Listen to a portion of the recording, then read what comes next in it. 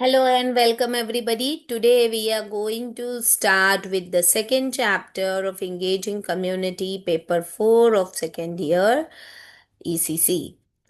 तो आज हम देखेंगे चाइल्ड रेयरिंग प्रैक्टिसेस। ये एक नया सा नाम आप लोगों को लग रहा होगा। चाइल्ड रेयरिंग क्या है भाई? हमने एनिमल रेयरिंग देखी है, लेकिन चाइल्ड रेयरिंग क्या है? तो भाई एनिमल रेयरिंग में हम क्या करते हैं? एनिमल्स की अपब्रिंगिंग करते हैं, उनकी ग्रोथ, उनकी डेवलपमेंट, उनकी अपब्रिंगिंग कैसे होती है, कैसे हमें उनका ध्यान रखना है, वही सारी चीजें एनिमल रेयरिंग में होती है। तो similarly child rearing is same. बच्चे की कैसे ग्रोथ, उसकी डेवलपमेंट, उसकी अपब्रिंगिंग होनी चाहिए। अभी तक ईसीसी में हम लोगों ने देखा कि उसकी फिजिकल डेवलपमेंट, उसकी मेंटल, उसकी सोशल, उसकी इमोशनल और इसकी ओवरऑल होलिस्टिक डेवलपमेंट कैसी होती है। मतलब बच्चे को हम सर्वांगीण रूप से विकास के लिए लेकर जा रहे थे। लेकिन कुछ चीजें ऐसी होती हैं जो सोशियो कल्चरल कंटेक्स्ट पर डिपेंडेंट होती है। सोशियो कल्चरल कंटेक्स्ट क्या होता है? सोशल यानी उसके आसपास के जितने भी एनवायरनमेंट में लोग हैं वो उसको सोशियो कल्चरल कॉन्टेक्स्ट के अंतर्गत लेकर जाते हैं। वो सोशल होता है। कल्चरल मतलब जिस रीजन, जिस रिलीजन को आप बिलोंग करते हैं उसके क्या रिचुअल प्रैक्टिसेस हैं, वो कल्चरल प्रैक्टिसेस कहलाएंगे। मतलब किस कल्चर को आप बिलोंग करते हो। तो जब आपके सोशल कल्चर्स जो है आपके अंदर इन्वॉल्व होते हैं तो वो कहाँ से आता है? हमने हमारी लास्ट क्लास में देखा था कि फैमिली एक ऐसा सिस्टम है जो हमको कल्चरल और सोशल बनाती है। तो इस फैमिली सिस्टम से हमें क्या मिलता है? We get the moral values, we get the psychological alienation. Psychological alienation मतलब जो फीलिंग है एक दूसरे के अंदर जैसा और जिस प्रकार से बातचीत करने का रवैया और सारी चीजें, ये साइकोलॉजिकल एलियनेशन है। तो ये सारी चीजें हमको एक फैमिली से मिलेगी और हम उसी कल्चर को रिफ्लेक्ट करेंगे। ठीक है। Every child belonging to whichever culture values that culture. ठीक है ना। तो उसको बचपन से जैसा बीज दिया जाता है और रोपण जिस तरीके से किया जाता है वैसा बच्चा रहता है। आप लोगों ने पहले वो एक सीरियल आता था अक्षरा वाला, ये रिश्ता क्या कहलाता है। अब उसके बाद तो बहुत सारे नायरा, कार्तिक और पता नहीं क्या क्या हो गए, बट वो शुरुआत वाला मैं बस आपको एग्जांपल दे रही हूँ, अगर आप लोगों ने देखा होगा तो। तो शुरू शुरू में अक्षरा जिस फैमिली बैकग्राउंड में थी, थोड़ा वो ब्रॉड माइंडेड लोग थे, लेकिन वो बहुत ज्यादा डरी घबराई हुई रहती थी। क्यों? क्योंकि उसकी मदर जो है हर जरा जरा सी बात पे घबरा जाती थी। लेकिन जैसे ही वो नैरो माइंडेड फैमिली के अंदर जाने के बावजूद भी उसने कैसे उनको ब्रॉड किया, उस उनके जो स्टाइल्स थे, उनके जो रिचुअल्स थे, उनके जो कस्टम्स थे, उसको कैसे चेंज किया और अपने आप को ग्रूम करा। ठीक है। तो बेसिकली क्या था कि जो उनकी पेरेंटिंग स्टाइल थी उस पेरेंटिंग स्टाइल को थोड़ा सा चेंज करके उसने अपने आप को ग्रूम करके अपब्रिंग किया और साथ साथ में आगे भी इसको बढ़ावा दिया। ठीक है।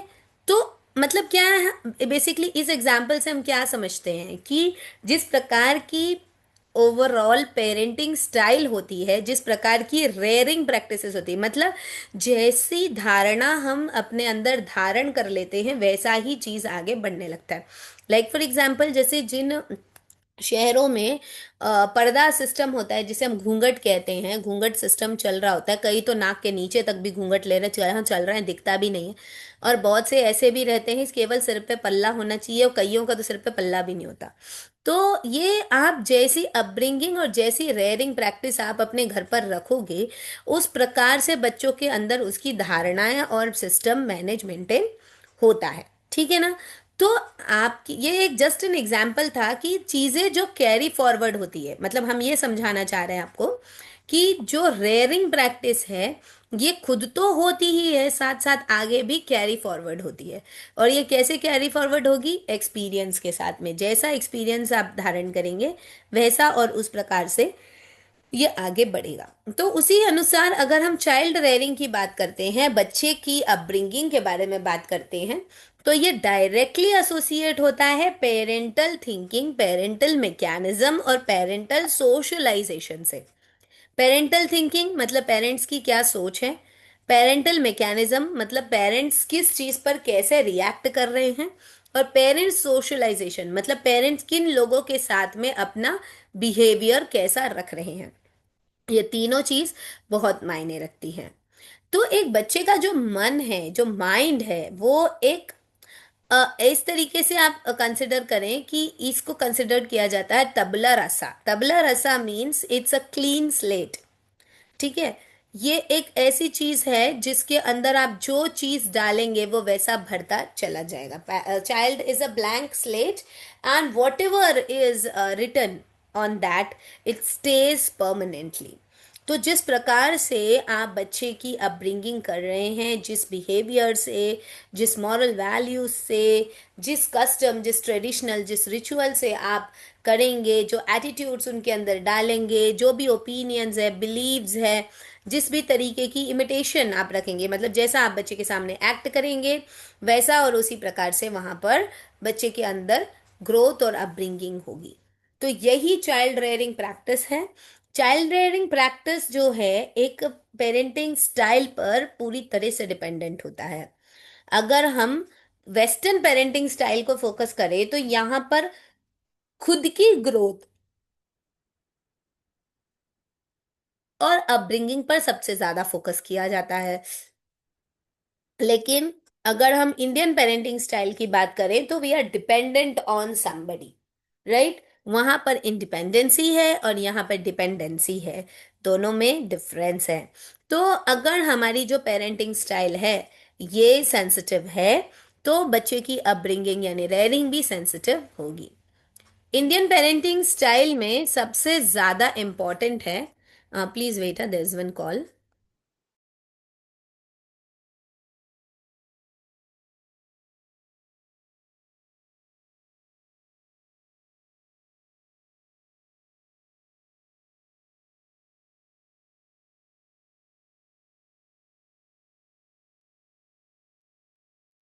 Yes, thank you very much all of you for giving me time. तो जहां पर हम इंडियन पेरेंटिंग स्टाइल की बात कर रहे हैं तो इंडियन पेरेंटिंग स्टाइल में 16 संस्कार होते हैं।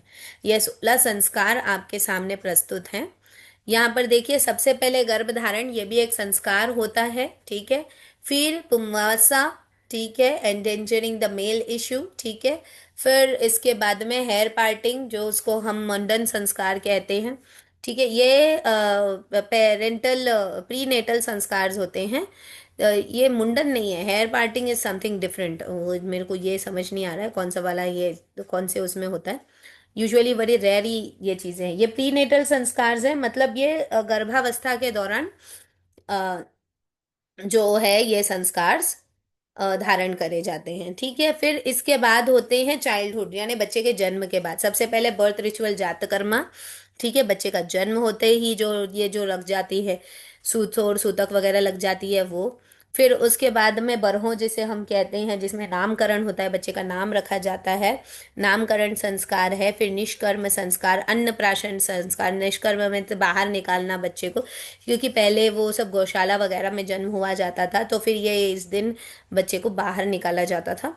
फिर अन्नप्राशन है जहाँ पर फर्स्ट टाइम बच्चे को फीडिंग कराई जाती है।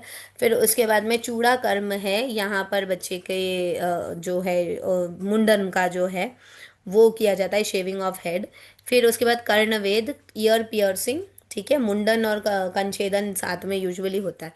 तो ये बाल संस्कार होते हैं। फिर इसके बाद में एजुकेशनल में विद्या आरंभ, अब यहाँ से बच्चा स्कूल जाने लगता है। फिर उपनयन संस्कार, विद्या आरंभ के बाद उपनयन संस्कार होता है जिसको हम मुंजी या जनेऊ संस्कार कहते हैं। फिर वेदारंभ मतलब वेद की स्टडी। अब ये रिचुअल्स अपने इंडियन इसके हिसाब से अभी वेदारंभ है तो अपने इधर स्टार्ट ही नहीं हुआ, आजकल चल ही नहीं रहा है।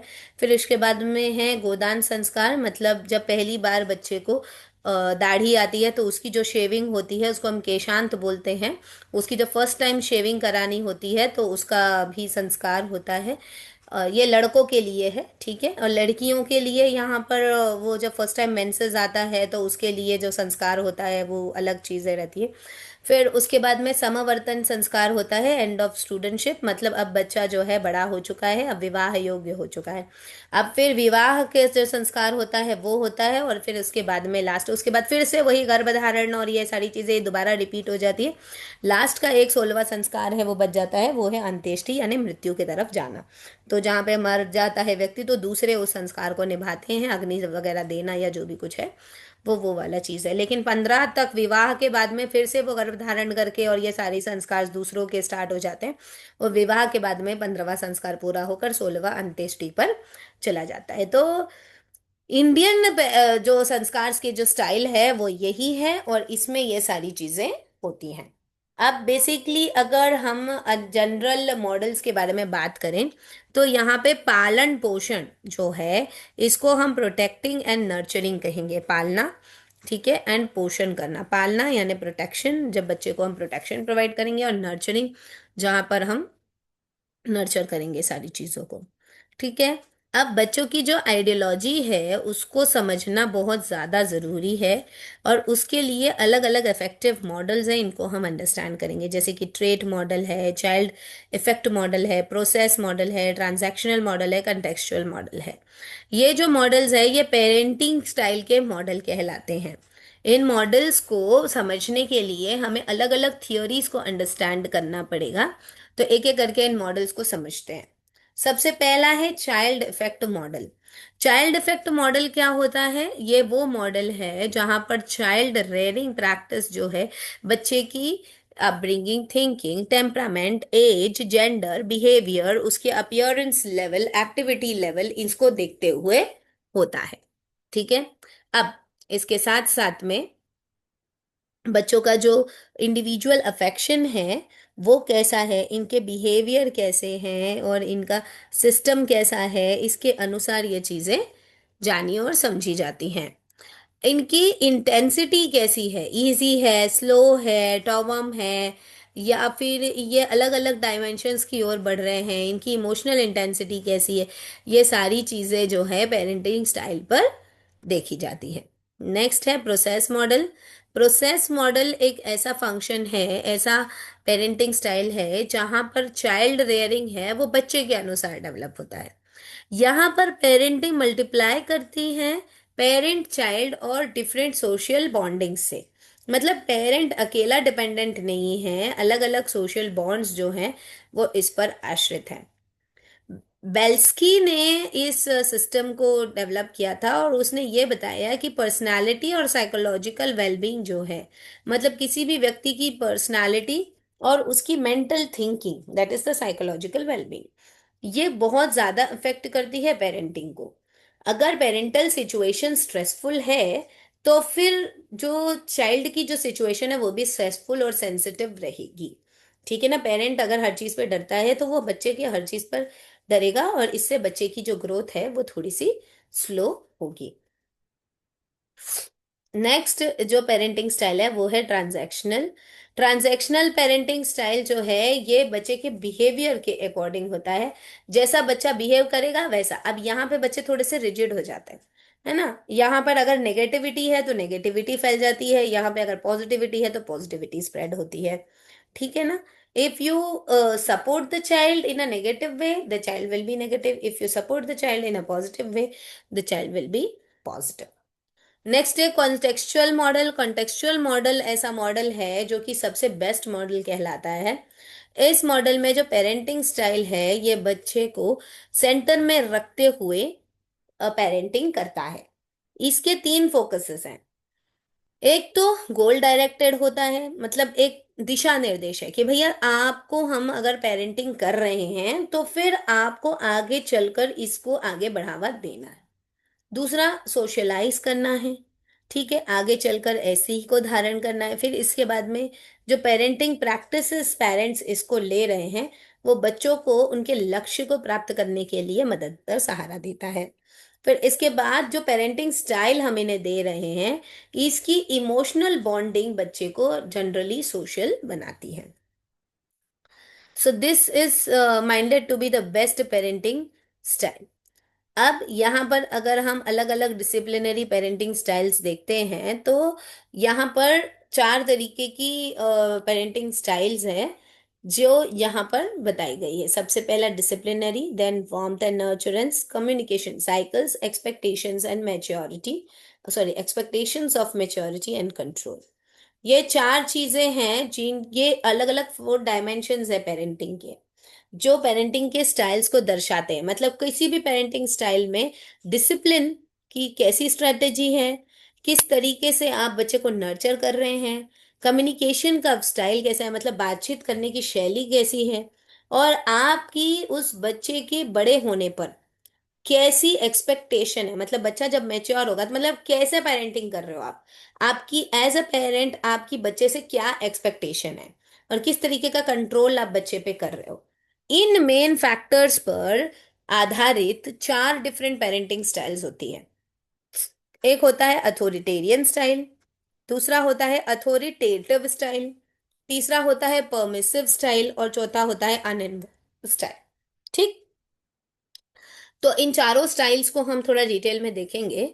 अथॉरिटेरियन स्टाइल, अथॉरिटेरियन स्टाइल वो स्टाइल है जहां पर हम फोकस करते हैं कि जो बच्चा है उसकी जो पेरेंटिंग है ये पूरी तरह से स्ट्रिक्ट होती है।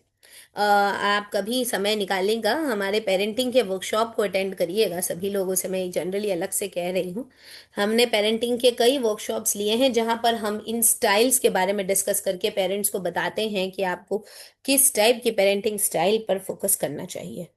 ठीक है, तो ये है अथॉरिटेरियन पेरेंटिंग स्टाइल। यहाँ पर स्ट्रिक्ट पेरेंटिंग स्टाइल होती है। मतलब ये जो पेरेंटिंग है ये कैटेगराइज करती है स्ट्रिक्ट पेरेंटल रिलेशंस को। यहाँ पर पेरेंट की एक्सपेक्टेशन बच्चे से उसके एक्सप्लेनेशन और उसके रीजनिंग और उसके रूल्स के अलावा होती है। मतलब इसके ऊपर बहुत ज्यादा सेट ऑफ रूल्स डाल दिया जाता है। अब यहाँ पर बच्चे को बिल्कुल भी इस तरीके की परमिशन नहीं होती है कि वो खुद से कुछ चीज डिसाइड करे। मतलब अगर उसको पेरेंट ने बोला है कि ये चम्मच भी यहाँ से उठानी है तो उसको उठानी पड़ेगी, भले उसका मन हो चाहे ना।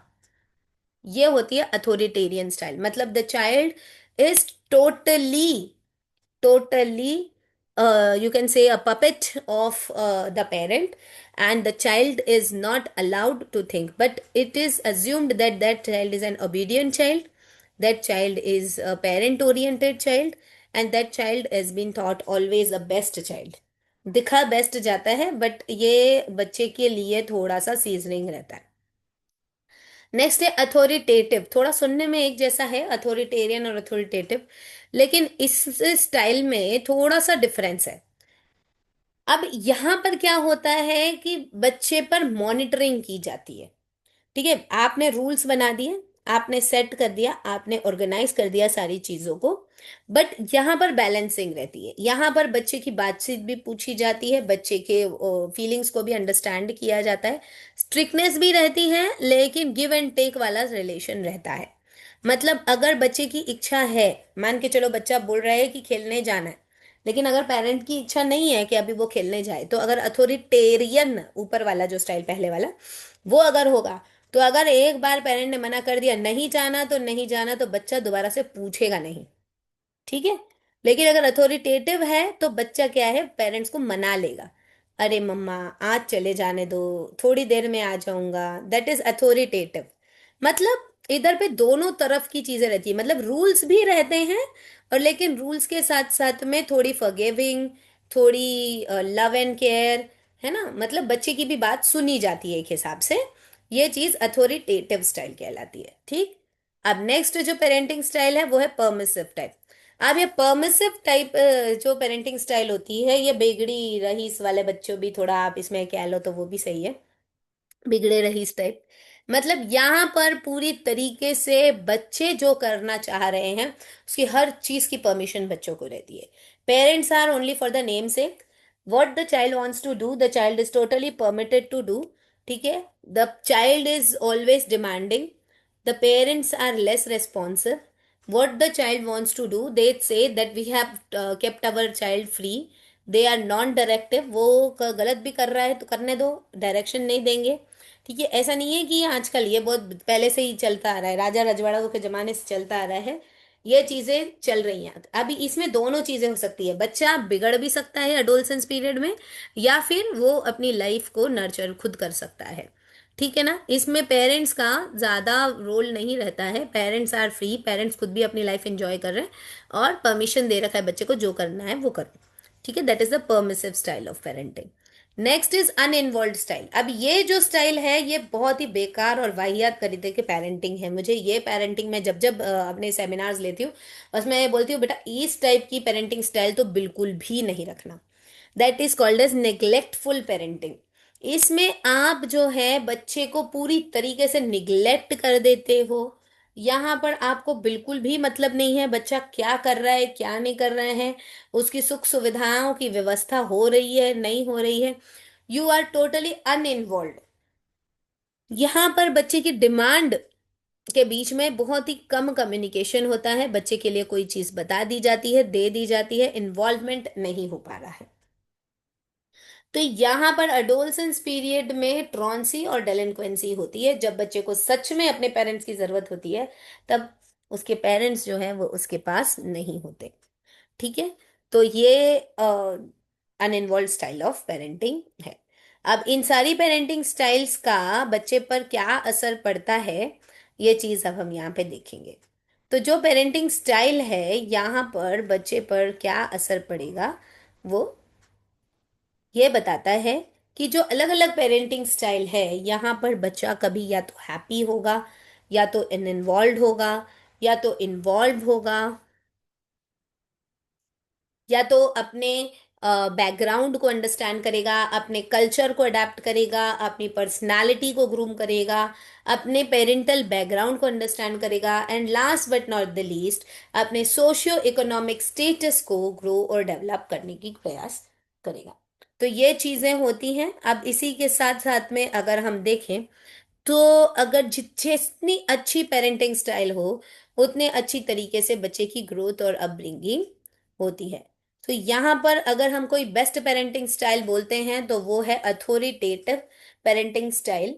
Authoritative parenting style actually balance create करता है अथॉरिटेरियन और परमिसिव स्टाइल के बीच में। तो एक सम अप अगर हम करें, तो अथॉरिटेटिव पेरेंटिंग स्टाइल होनी चाहिए जहाँ पे रूल्स एंड रेगुलेशंस भी हो, बच्चे की परमिशन भी हो, और बच्चे के ऊपर मॉनिटरिंग भी हो। तो यहाँ पर हमारा चाइल्ड रेयरिंग प्रैक्टिसेस वाला चैप्टर कंप्लीट होता है। कल क्लास नहीं है, कल सैटरडे है। मंडे को हम ये चैप्टर 3 करेंगे, role of family in ECC. ठीक है, so thank you very much all of you. Do take care of yourselves. Please give your attendance in the chat box. I'm stopping this record. If you have any doubts, you can put it into the chat box.